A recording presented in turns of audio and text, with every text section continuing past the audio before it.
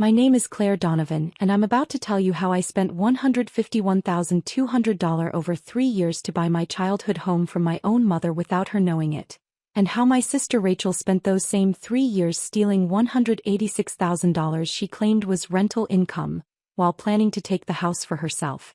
But let's start at the beginning. I'm the younger daughter. Rachel is 4 years older, married to a dental equipment salesman named Derek. Mother to 2 children she photographs constantly but seems to actually parent rarely.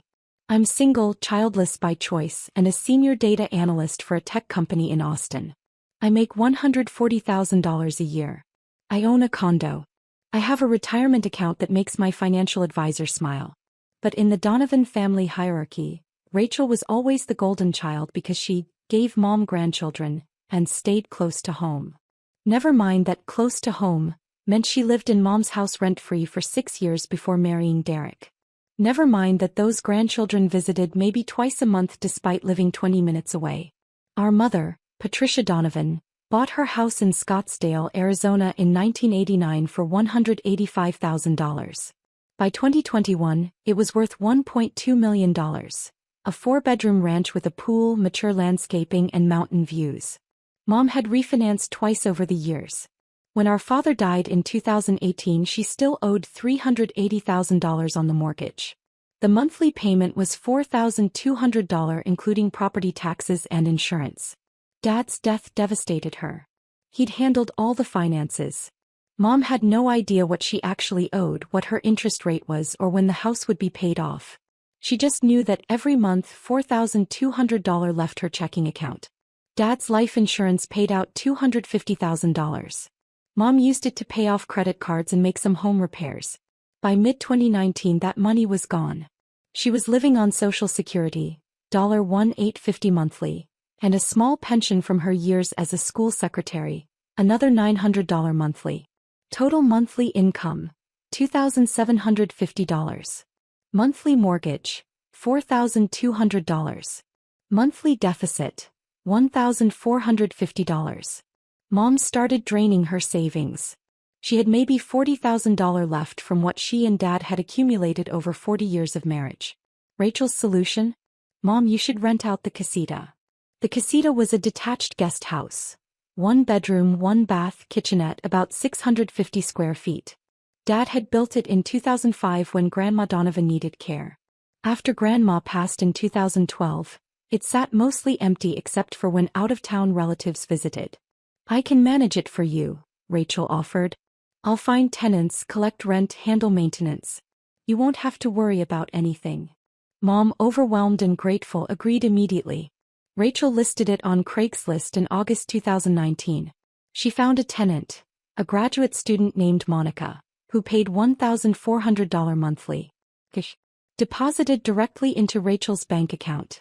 It's easier this way, Rachel told Mom. I'll handle the tenant issues and just give you the money. Except Rachel never gave Mom the full $1,400. She gave her $800. After expenses, Rachel explained. I have to cover advertising, maintenance reserves, my management time. $800 is fair. Mom accepted it because she trusted Rachel. Because Rachel was the good daughter who stayed close, who offered to help, who seemed to have everything figured out. But $2,750 in income plus $800 in rent still left Mom short $650 every month. Her savings kept shrinking. I lived in Austin. I visited every 2 months. I called every Sunday.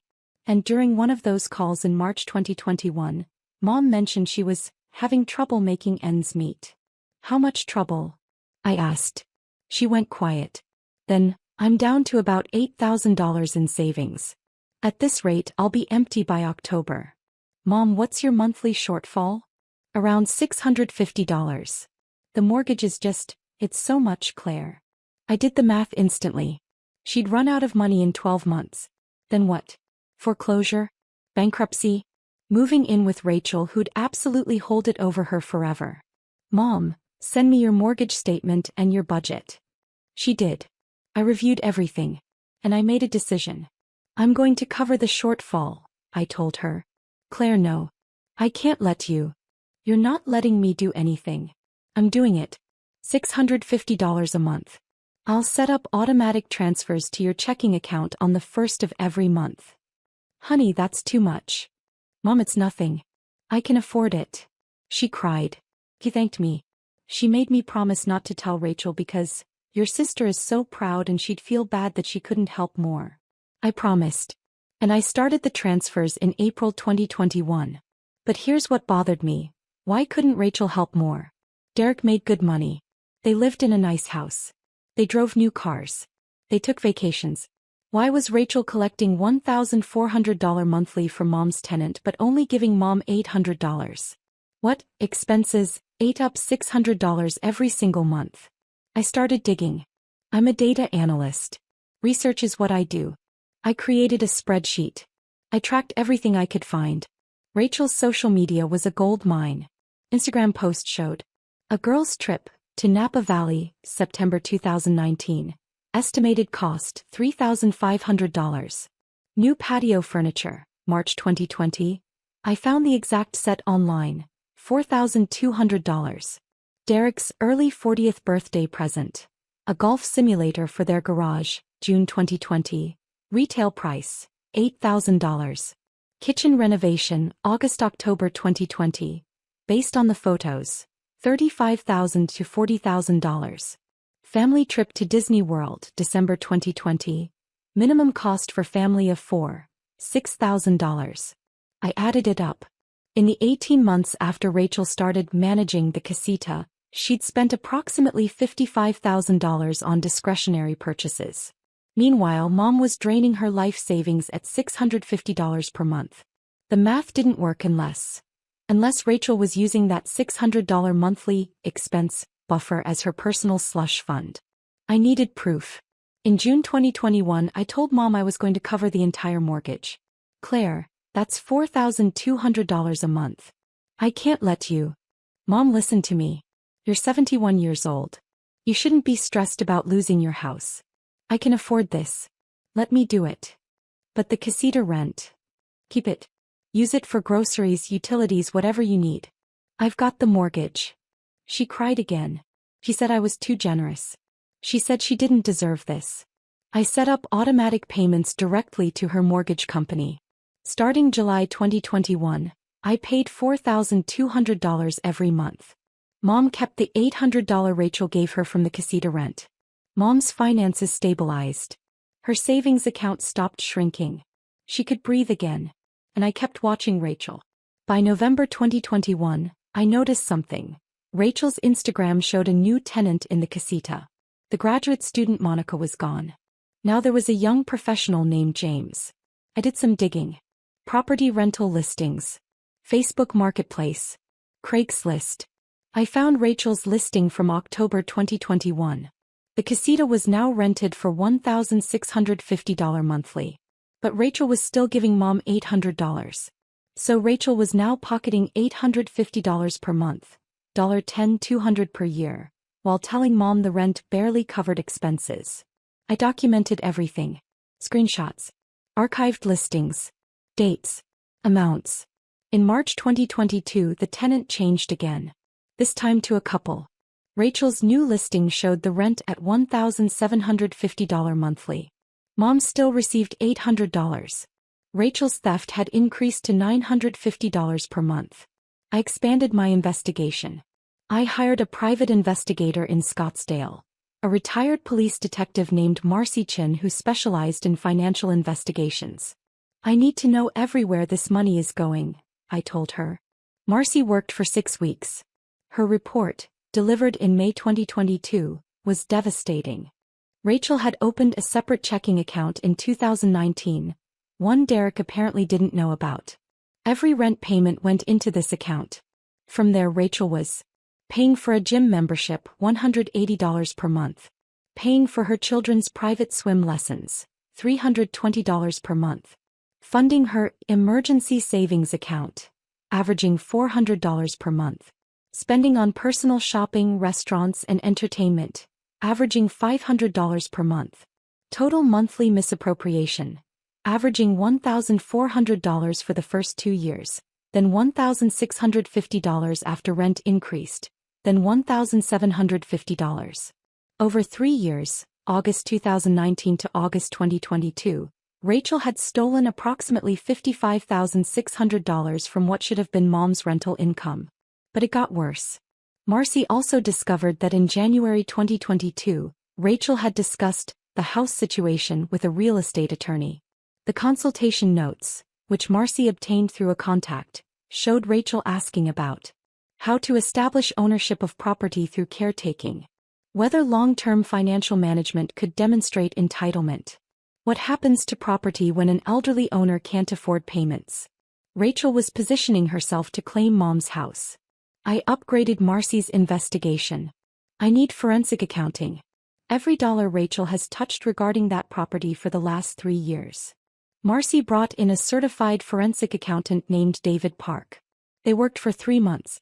The final report, delivered in November 2022, showed total rental income collected by Rachel, August 2019 to October 2022, $52,800 total given to Mom, $25,600 total misappropriated, $27,200. But there was more. Rachel had also charged Mom $3,400 for casita repairs that cost $1,200, overcharge $2,200.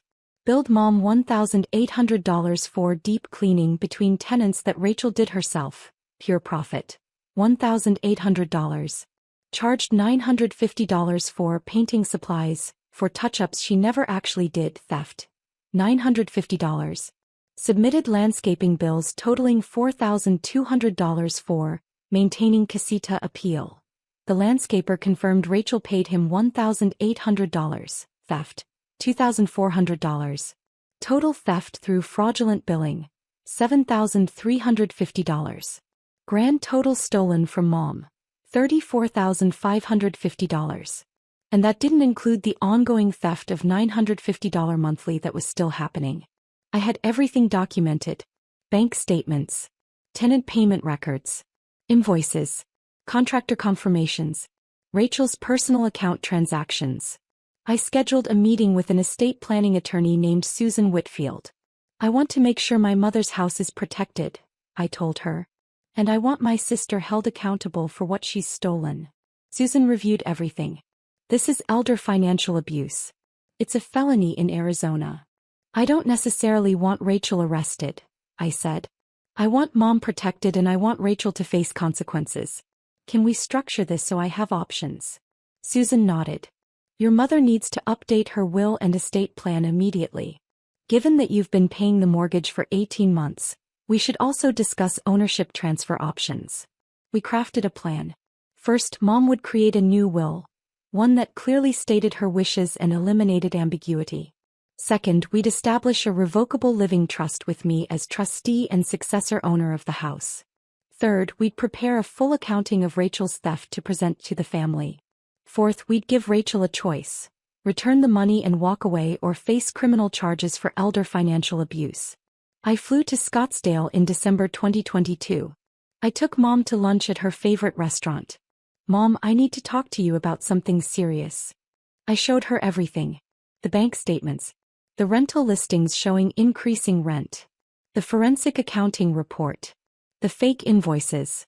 She went pale. Rachel wouldn't. She's been helping me.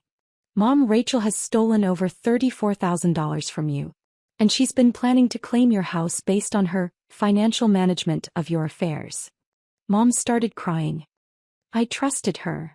I know. But we need to protect you. And we need to make sure this house goes where you want it to go. I always thought. I assumed I'd split everything between you girls. Mom, I've paid $75,600 in mortgage payments over the last 18 months. I'm going to continue paying them. Not because I want the house but because I don't want you to lose it. But we need legal protection. She was quiet for a long time.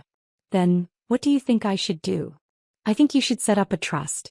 Name me as trustee. Make it clear that the house will be mine when you're gone. Compensation for the mortgage payments, and recognition that Rachel has already taken more than her share through theft. She nodded slowly. Let's do it.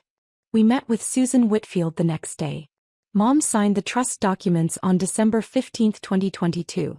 The house was now in the Patricia Donovan Revocable Living Trust. Mom retained the right to live there for life. Upon her death, the property would transfer to me automatically. No probate. No contest period. Clean transfer. Rachel knew nothing about any of this. I continued paying the mortgage. Mom continued taking Rachel's $800 monthly payments. We waited. The confrontation came in August 2023. Mom had a health scare, a minor stroke. She recovered well, but it scared everyone. Rachel suddenly became very interested in Mom's affairs. "We need to talk about your estate planning," Rachel told Mom during a hospital visit. "Make sure everything is in order." Mom, still weak, said, "It's handled."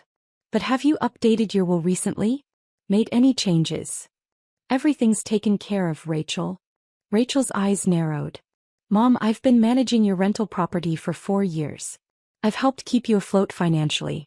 I think I deserve to know what your plans are." That's when Mom called me. "Claire, Rachel won't stop pushing. She wants to know about the house. I think we need to tell her." "Not yet," I said.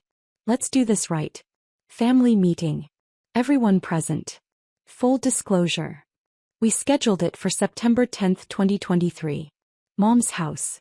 Attendees: Mom, Rachel, Derek, me, Aunt Linda, Mom's sister, Aunt Maureen, Dad's sister, and Susan Whitfield.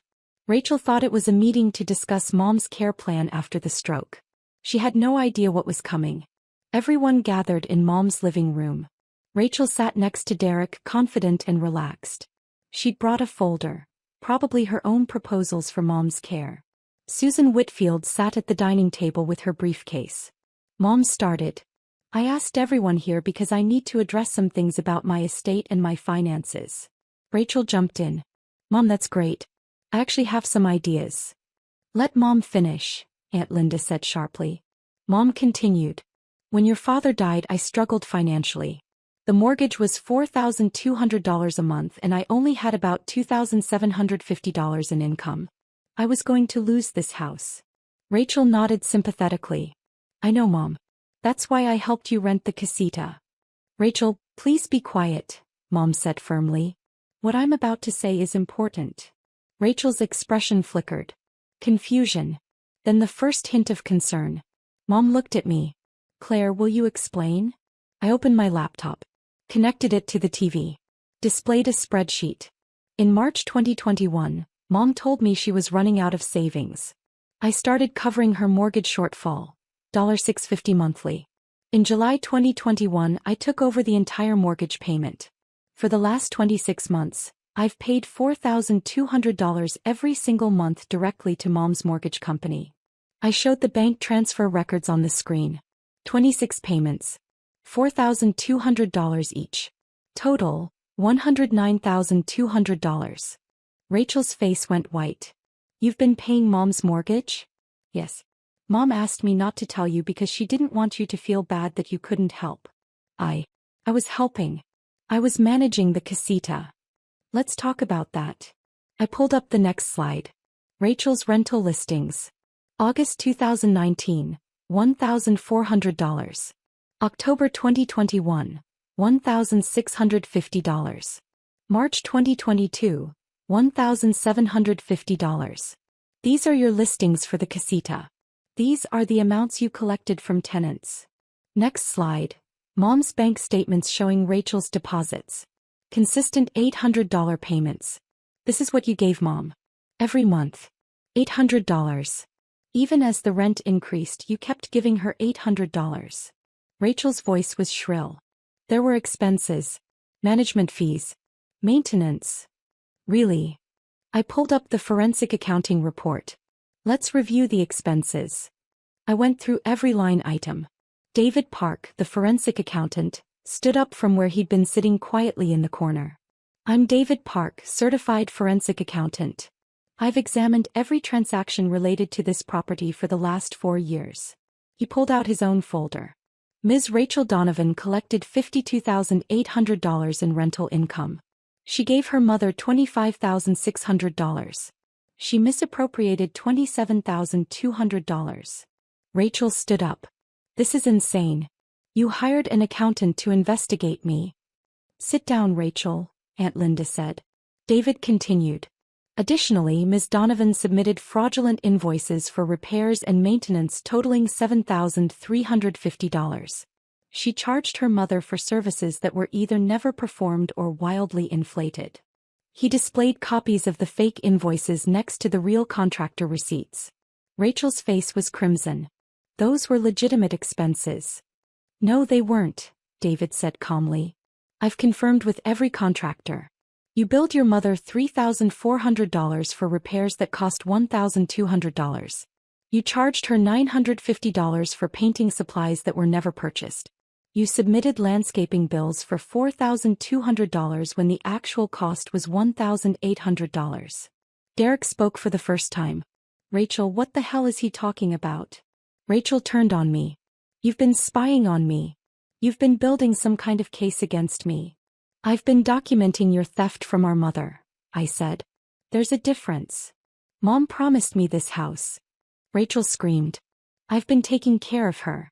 I've been managing her property. You live in Texas. You barely visit. I stood up and walked to the table. I pulled out 3 years of bank statements and slid them across to Rachel.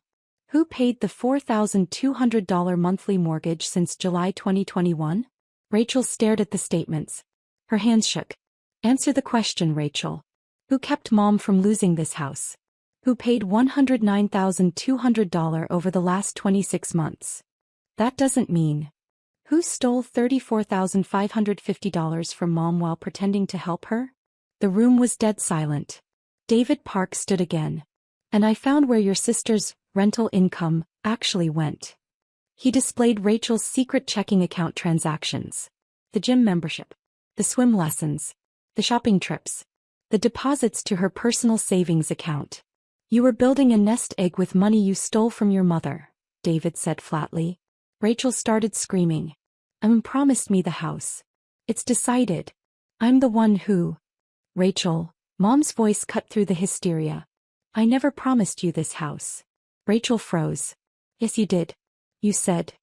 I said I'd take care of things fairly. That's not a promise. And stealing from me isn't fair. Susan Whitfield opened her briefcase. Mrs. Donovan created a revocable living trust on December 15, 2022. The house is now in the trust. She retains life estate rights. Upon her death, the property transfers to Claire as sole beneficiary. She slid the trust documents across the table.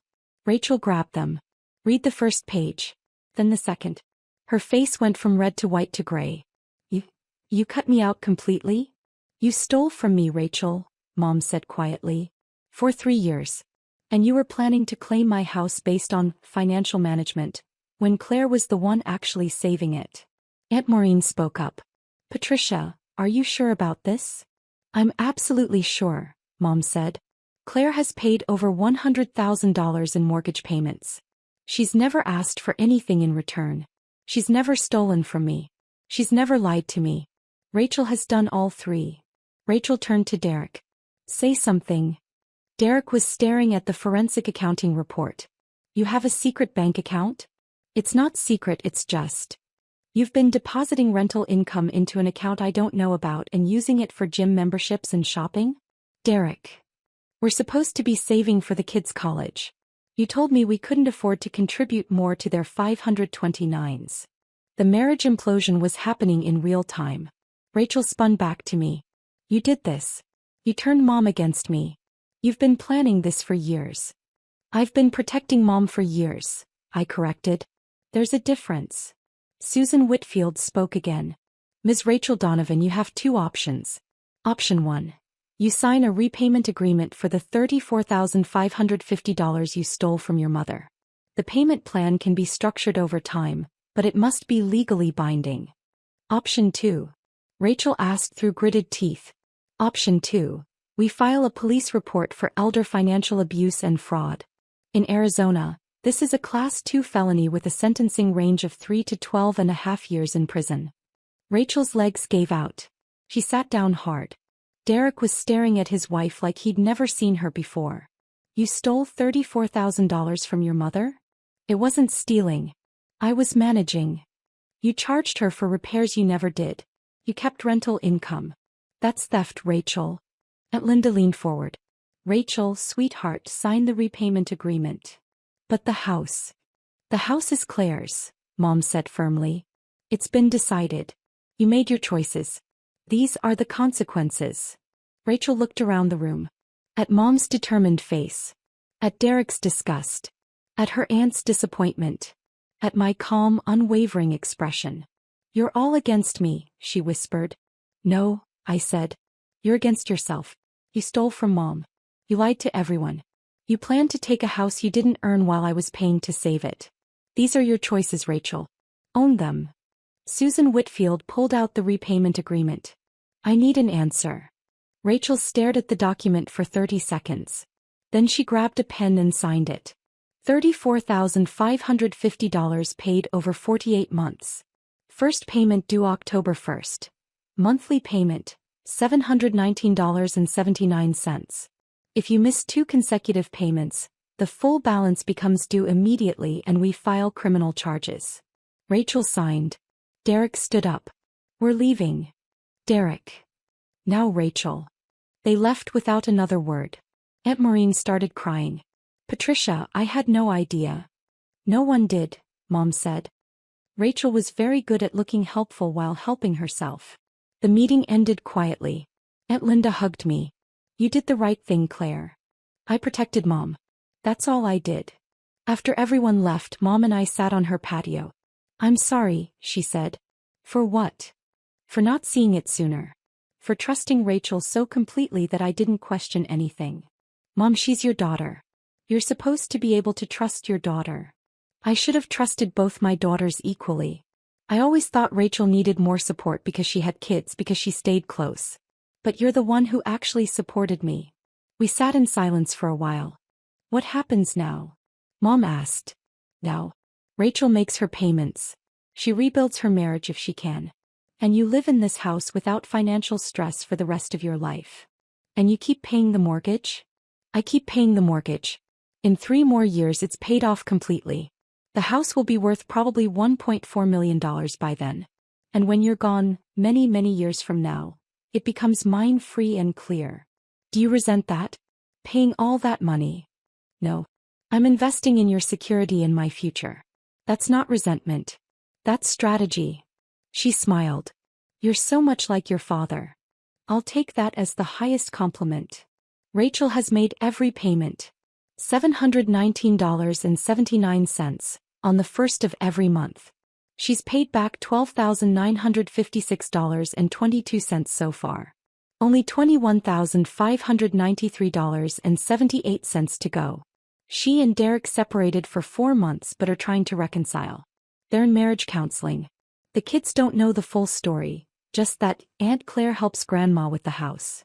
Rachel doesn't come to family gatherings anymore. She drops the kids off for visits with Mom but doesn't stay. Mom and I have gotten closer. I fly to Scottsdale once a month. We cook together. We work in her garden. We watch old movies. I've now paid $145,200 in mortgage payments.